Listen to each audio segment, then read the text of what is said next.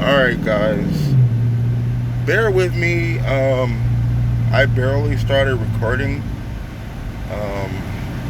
doing content on the car. This is like my first time trying this, so bear with me. I mean, I'm barely learning how to edit or do anything. I'm just trying to keep it raw and basically just straight car content or on the car that I am driving. So this video is about where I bought my RT, my 2019 Charger RT, how much I pay for it, how much are my payments, just to give you guys an idea that might want to get one, like what you have to do, where your credit score should be, just things like that in general. And right now I'm just cruising, running some errands, so that's what I'm doing. Okay, so basically, all right, so I had a 2016 RT Challenger, black top, white, black stripes, black rims. That was my first RT. I had a V6 before that, Charger. And let me tell you something. I said within 9 months, it was time to get rid of that V6 Charger. Let me get a quick pull. Okay. So, yeah, so that was that. I was just like, you know what? It looked good. It came with 22s on it. It was a 2015 Charger, and I was like, I gotta get rid of this. This is just, it's not loud enough, it's not fast enough. And it was just like, to me, it was a whack car. But I was leaving a Dodge Dart, which was pretty clean. I liked that little four banger. Like, the Dart was cool. Like, I didn't mind it. I kept it. It actually built my credit. I went from 0 credit score to 703 in 6 months with the Dart. So I really appreciate that car. They gave me a chance. It was with Chase Bank. They gave me a chance. They said, okay, you make good money, you're a hard worker, you have no credit history, but we'll give you a chance. And I'm telling you, car payments will shoot it up really quick, your credit score. You're paying on time. Alright, so anyway, so I got rid of the V6. I had a little bit of a negative equity because I only had it 9 months, so I had to drop a big down payment, like $7,000, just to get the 2016. And this was in 2017, so it was 1 year old. I always get a car 1 year old. I never really do brand new. I think the depreciation is too crazy. But anyway, so I ended up trading in the V6. I paid a nice down payment to get my negative equity down. And so I got that car, and it was my first RT. I loved it.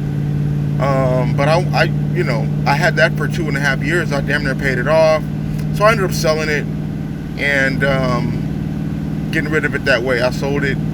And it was a good deal, and I was happy with the whole thing because I knew I wanted a Charger. I wanted to switch up. So anyway, I got an idea of getting, I was going to get a 2018 from Huntington Beach Dodge Chrysler. I was going to get a 2018, but a mother of 4, she had her kids with her and everything, very nice lady, she ended up buying it. And I was just like, really? Like, we're all, like, the paperwork and everything was typed up, and they were like, it's sold. But the funny part is, I had my eyes on this one. This is a black 19 RT. I had my eyes on this one when I first got there. I didn't even really want the 18 anymore because the 19 comes with the Super Trap Pack and everything. Yeah, the other one, some of the 18s do too, but this comes with the Scat Pack body, the hood, and not that I'm trying to be like a Scat Pack. I love my RT. I think it's the perfect daily driver with enough power, especially if you do the right things to it. So I love this RT. Like, I drive it every day. It's good, decent enough on gas, and I just think it's the best everyday driver. Scat Pack or Hellcat, I wouldn't drive it, especially a Hellcat. It would sit in my garage. I would maybe take it out on the weekends, and that would be it.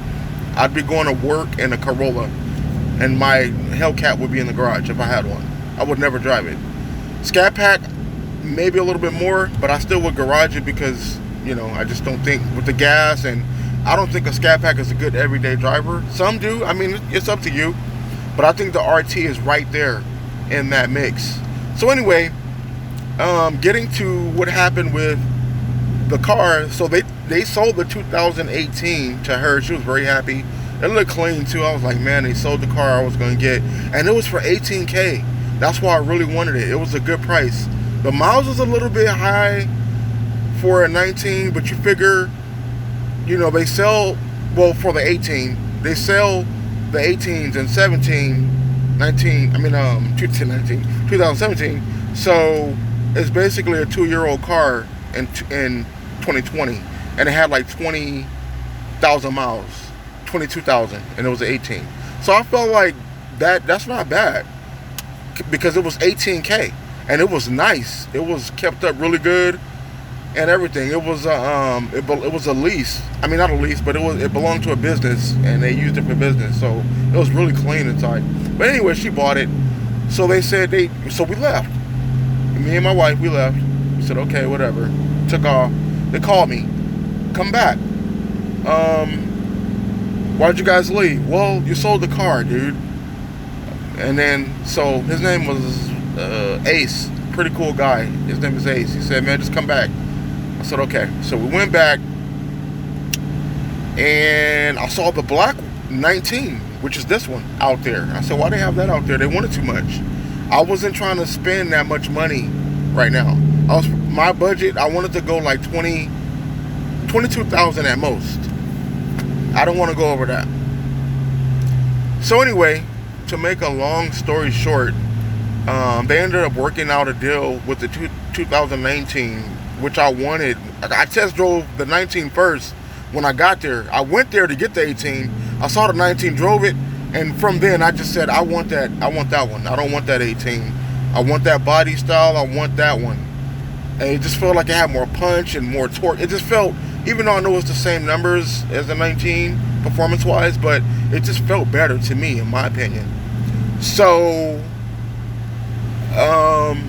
yeah, that was it. It was like, okay, let's work the deal on that one, because I already got approved on the 18, and that was 18 grand. My payments were going to be like $300 a month, 301, something like that. I was like, this is perfect, you know. And keep in mind, this was in May, so the pandemic was still fully there. Like, so the deals that they had for an 18 RT for 18 grand, that's low. And that's what we were dealing with the pandemic. It was nobody in the dealership. Like, it was just me and my wife and a couple other people, and that was it. So anyway, getting back to that, I ended up buying it. I paid $3,000 down, and my payments on this car is $400 a month. $400 a month I pay on this car, and my insurance is only like, well, I pay for me and my wife. She has a 2019 Accord Sport. For both of our insurances, I pay $216. The RT is for the RT, and her 19 Accord Sport. That's how much I pay, and that's it. So I thought it was a good deal. Let me get a quick pull.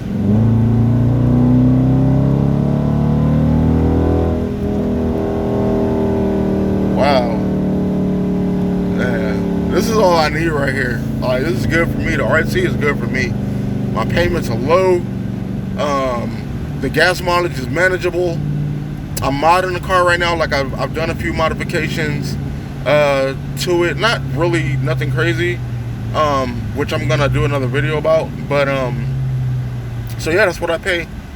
And yeah, I mean, I think they still have deals. I think that it's starting to slow down. The prices are starting to go back up. But it was just a perfect time to get it, man. Like, you know, other than that, even my Challenger RT, that was $598. It was just say $600. It was $600 a month. Excuse my voice cracking. I know this guy don't want any. But yeah, that's basically what it was. So I'm paying like $200 less than I was paying on a 2016 RT that is not even as good as this one. It had the small screen. It didn't even have this screen. Remember the small screens because it was a 16. I liked it though. I liked the colors because it was white with black stripes and it came like that. Oh, look at that. Chrysler's clean. The little S. I like the crackles and pops on this car, man. On the downshift. So anyway, that's what I pay. And so, you know, when you go for a car, 2 things you want to do after you decide you want that car is don't let them tag on all that bullshit like warranties and all this crap when your car is covered through Chrysler, through Dodge, or whatever car manufacturer you decide to go with is covered for a lot of miles. So don't buy those extra warranties they try to get you with. That would have made my payment maybe like $40 or $50 more. So I just told them strip, I don't need nothing, just the car. All I want is the car and that's it. So I finally got them to do it. They didn't want to, but I finally got them to do it, and I was happy with it after. With the deal that we got, I ended up getting this car for $23K. It was like 23 and some change. And this is a 2019 Charger RT in terrific shape, in great shape, good miles. The interior, everything on this car was just nice, immaculate. And I paid 23 and some change. So,